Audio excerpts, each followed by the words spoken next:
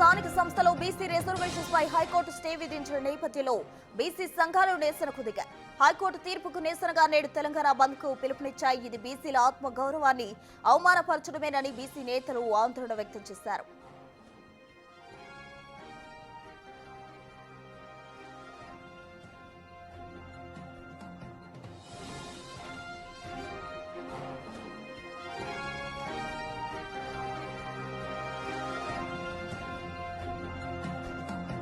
ఈ బంద్ పిలుపుతో రాష్ట్రంలో రవాణా వాణిజ్య కార్యకలాపాలపై తీవ్ర ప్రభావం పడే అవకాశం ఉంది. 42% రిజర్వేషన్స్ దక్కే వరకు పోరాటం ఆపేది లేదని బీసీ నాయకులు స్పష్టం చేస్తున్నారు. బీసీల రాజకీయ భవిష్యత్తును నిర్ణయించే ఈ అంశం ఇప్పుడు రాష్ట్ర వ్యాప్తంగా హాట్ టాపిక్ గా మారింది. నేపథ్యంలో హైకోర్టు తదుపరి విచారణ, ప్రభుత్వం తీసుకోబోయే చర్యలు ఎలా ఉంటాయోనని రాష్ట్ర ప్రజలు, ముఖ్యంగా బీసీ వర్గాలు ఆసక్తిగా ఎదురుచూస్తున్నాయి.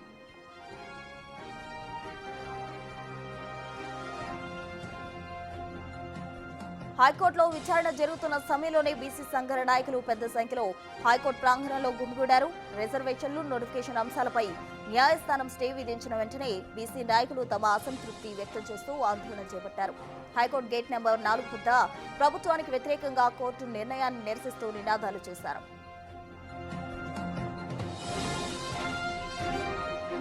తమకు అన్యాయం జరిగిందని, బీసీలకు స్థానిక సంస్థల్లో పదవులు వస్తుంటే కొందరు ఓర్వలేక ఈ విధంగా అడ్డుకుంటున్నారని ఆవేదన వ్యక్తం చేశారు. పరిస్థితి అదుపు తప్పకుండా ఉండేందుకు పోలీసులు వెంటనే రంగంలోకి దిగి రోడ్డుపై బైఠాయించేందుకు ప్రయత్నించిన బీసీ సంఘాల నేతలను అదుపులోకి తీసుకున్నారు.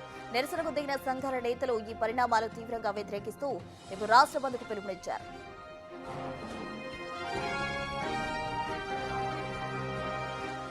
బీసీ రిజర్వేషన్లకు తెలంగాణ ప్రభుత్వం కట్టుబడి ఉందన్నారు మంత్రి వాకిటి శ్రీహరి. గతంలో ఎలాగైతే ఇచ్చిన మాట కోసం తెలంగాణ రాష్ట్రం ఇచ్చారో అదే మాదిరిగా రిజర్వేషన్ విషయంలో ముందుకెళ్తామన్నారు. ఈ విషయంలో బీసీ బిడ్డలు ఎవరూ అధైర్యపడొద్దని మంత్రి వాకిటి శ్రీహరి అన్నారు.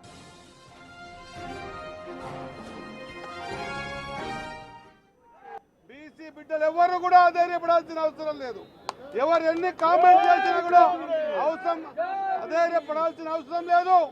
బీసీలకు, బడుగు బలహీన వర్గాలకు, ఎస్సీ ఎస్టీ మైనార్టీలకు, అగ్రవర్ణాల పేదలకు కాంగ్రెస్ పార్టీ మాట ఇస్తే ఎన్ని ఇబ్బందులు తలపెట్టినా కూడా గతంలో తెలంగాణ ఇస్తామని ఏ విధంగా ఎన్ని అడ్డంకులు వచ్చినా ఇచ్చామో ఈరోజు 42% రిజర్వేషన్ కూడా ఇంకెన్ని అడ్డంకులు వచ్చినా కూడా అదే 47% కాంగ్రెస్ పార్టీ కట్టుబడి ఉంది అన్నమాట మరొకసారి తెలియజేస్తా ఉన్నా. ధన్యవాదాలు. స్థానిక సంస్థల ఎన్నికలపై హైకోర్టు స్టే చాలా దురదృష్టకరమన్నారు ఎంపీ ఆర్ కృష్ణయ్య. సుప్రీంకోర్టు ఆదేశాలు స్పష్టంగా ఉన్నా స్టే ఇవ్వడాన్ని చాలా తీవ్రంగా పరిగణిస్తున్నామన్నారు. ఇది ముమ్మాటికి బీసీల హక్కులకు విఘాతం కల్పించడమే అన్నారాయన. నోటిగాడ అన్నం ముద్దను లాక్కున్నారని ఆగ్రహం వ్యక్తం చేశారు ఆర్ కృష్ణయ్య. ఇందుకు భారీ మూల్యం చెల్లించక తప్పదన్నారు. సర్కారు స్పందన ఎలా ఉంటుందన్న దానిపై చర్చించి రాష్ట్ర బంద్కు పిలుపునిస్తామన్నారు ఆర్ కృష్ణయ్య. 2 వారాల పాటు ఎన్నికల ప్రక్రియను ఆపడం అనేది చాలా దురదృష్టకరమైనటువంటి అంశం. ఎందుకంటే ఎన్నికల నోటిఫికేషన్ వేసినాక సుప్రీంకోర్టు ఆదేశాలు ఉన్నాయి, ఎన్నికలను వాయిదా వేయొద్దు. కానీ అందుకు సుప్రీంకోర్టు ఆదేశాలకు విరుద్ధంగా 2 వారాల పాటు వాయిదా వేయడాన్ని మేము దీన్ని తీవ్రంగా పరిగణిస్తున్నాం. ఇది రాష్ట్రంలోని 56% బీసీ ప్రజల యొక్క హక్కులకు విఘాతం కలిగిస్తుంది, వాళ్ళ ఆత్మ గౌరవాన్ని దెబ్బతీస్తుంది. నోటికాడి అన్నం ముద్దను ఆపారు. నిన్నటి నుంచి చాలామంది అడ్వకేట్లు మంచిగా చాలా చక్కగా మాట్లాడారు. దాదాపు చాలా పిటిషన్లు ఉన్నాయి. అన్ని పిటిషన్లను పరిగణనకు తీసుకొని విచారణ జరిపి ఇంకా 2 రోజులు టైం తీసుకునేది. ఎందుకు మీకు ఆదరబాదరగా స్టే ఇవ్వవలసి వచ్చిందని చెప్పి రాష్ట్ర వ్యాప్తంగా దీని మీద భారీ మూల్యం చెల్లించుకోవాల్సి వస్తుందని హెచ్చరిస్తున్నాం. ఈరోజు సాయంత్రంలోగా ప్రభుత్వ స్పందన ఏంటిదో చూస్తాం. చూసి రాష్ట్ర బంద్ను జరిపి మొత్తం రాష్ట్రాన్ని స్తంభింపజేస్తామని చెప్పి హెచ్చరిస్తున్నాం. మండల్ కమిషన్ అప్పుడు ఎట్లయితే ఉద్యమం అయిందో, ప్రజా జీవితం ఏ విధంగా అయితే స్పందించిందో అంతకంటే రెట్టింపుగా ఈరోజు బీసీల చైతన్యం వచ్చింది. 42% బీసీ రిజర్వేషన్స్ కు సంబంధించి అటు హైకోర్టు స్టే విధించిన నేపథ్యంలో బీసీ సంఘాల ఆధ్వర్యంలో బంద్ కు పిలుపునివ్వడం జరిగింది. దీనికి సంబంధించి పూర్తి డీటెయిల్స్ మా ప్రతినిధి సురేష్ అందిస్తారు. సురేష్, రాష్ట్ర వ్యాప్తంగా కూడా బంద్ కు బీసీ సంఘాల నేతలు పిలుపునిచ్చారు. దానికి సంబంధించి కంప్లీట్ డీటెయిల్స్ ఏంటి సురేష్?